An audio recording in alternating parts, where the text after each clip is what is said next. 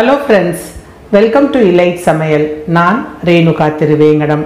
நான் இன்னைக்கு வந்து பெசரட்டு தோசைக்கு செய்யற ஒரு அல்லம் சட்னி இல்லனா அல்லம் பச்சடின்னு சொல்லுவாங்க. அதை செய்து காண்பிக்க போறேன். இது டிபிக்கலா ஆந்திரால எப்படி செய்வாங்களோ அதே மாதிரி நான் உங்களுக்கு செய்து காண்பித்திருக்கேன். இதில் பார்த்தீங்கன்னா இது வந்து பெசரட்டு தோசைக்கு இந்த மட்டும் இல்லை, இது வந்து இட்லி தோசை மசால் தோசை இது எல்லாத்துக்குமே இது வந்து ரொம்ப நல்லா இருக்கும் இந்த சட்னி. இதில் வந்து காரம் மட்டும் நம்மளுடைய விருப்பத்துக்கு தகுந்த மாதிரி கொஞ்சம் கூட குறைச்சி நம்ம வச்சுக்கலாம். நீங்கள் இதை வந்து செய்து பாருங்கள். இந்த சட்னிக்கு பார்த்தீங்கன்னா இஞ்சி தான் ரொம்ப முக்கியமான இன்க்ரீடியண்ட். நான் இது நல்லா இவ்வளோ பெரிய துண்டு, அதாவது ஒரு 3-4 அங்குல துண்டு எடுத்து சின்ன சின்னதாக கட் பண்ணி வச்சுருக்கேன். இதுக்கு வந்து பூண்டு வந்து ஒரு 7-8 பல்லு பூண்டு, மீடியம் சைஸ் வெங்காயம் 1, மீடியம் சைஸ் தக்காளி 1, தேவையான அளவு உப்பு. இதில் வந்து சில பேர் கடலைப்பருப்பும் போட்டு செய்வாங்க, பொட்டுக்கடலையும் போட்டு செய்வாங்க, ரெண்டும் சேர்த்து செய்கிறவங்களும் இருக்காங்க. நான் கடலைப்பருப்பு 1/2 டேபிள் ஸ்பூன், பொட்டுக்கடலை 1/2 டேபிள் ஸ்பூன், ஆக மொத்தம் 1 டேபிள் ஸ்பூன் எடுத்து வச்சுருக்கேன். வெல்லம் 2 டேபிள் ஸ்பூன், புளி வந்து ஒரு சின்ன கொட்டைப்பாக்கு அளவுக்கு, மிளகாய் வந்து நம்மளுடைய காரத்துக்கு தகுந்த மாதிரி. நான் வந்து காஷ்மீரி சில்லி வச்சுருக்கேன், நீங்கள் சாதாரண ரெட் சில்லியே வச்சுக்கலாம், நல்லாயிருக்கும்.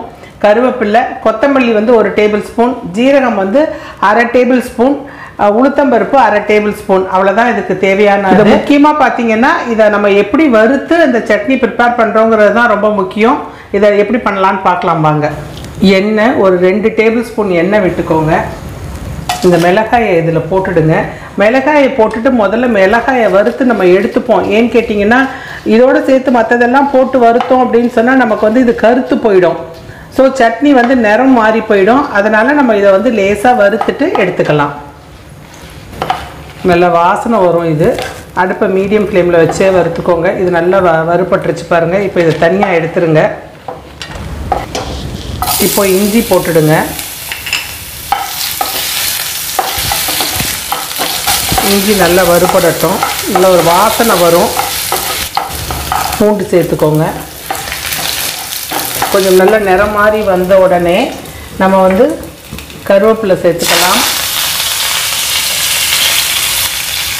கொத்தமல்லி,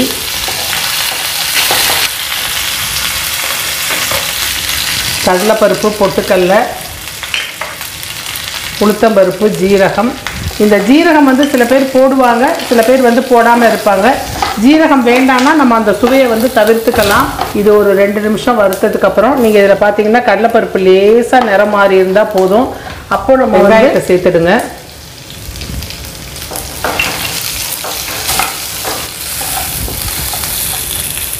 ஒரு 2 நிமிஷம் வதங்கினதுக்கப்புறம் தக்காளி சேர்த்துக்கோங்க.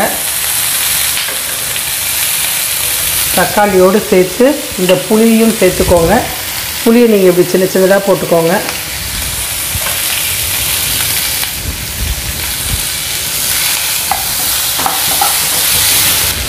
தேவையான அளவு உப்பு. இது எல்லாமா சேர்ந்து வறுபட்டு நல்ல உங்களுக்கு ஒரு அரோமா கிடைக்கும். அப்போது நம்ம வெல்லம் வச்சுருக்கோம் இல்லையா, வெல்லத்தையும் போட்டுடுங்க. வெல்லத்தை போட்டுட்டு ஒரு 1/2 டம்ளர் தண்ணி விட்டுக்கோங்க.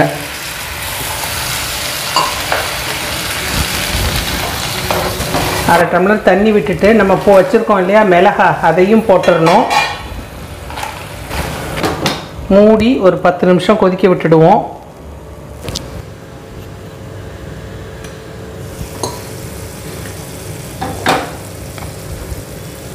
நல்லா வெந்துருச்சு பாருங்கள். இப்போ இது நல்லா ஆறுனதுக்கு அப்புறம் நல்லா மிக்சியில் நைஸாக அரைச்சி எடுத்துக்கணும். கரெக்டான அல்லம் சட்னி, அல்லம் பச்சடி ரெடி ஆகிடுச்சு பாருங்கள். இதில் வந்து இந்த ரெட் கலர் நமக்கு வரணும், இன்னும் கொஞ்சம் ஜாஸ்தியாக வேணும்னா நம்ம காஷ்மீரி ரெட் சில்லி பவுடர் போட்டுக்கலாம். இப்போ இது வந்து தோசை, இட்லி, பெசரட்டு தோசை, மசால் தோசை எல்லாத்துக்குமே ரொம்ப நல்லாயிருக்கும். இதுக்கு நம்ம என்ன பண்ணணும் அப்படின்னு சொன்னால் நல்லெண்ணெய் விட்டு தான் நம்ம எல்லாமே வதக்கிக்கணும், அப்போ தான் நல்லாயிருக்கும்.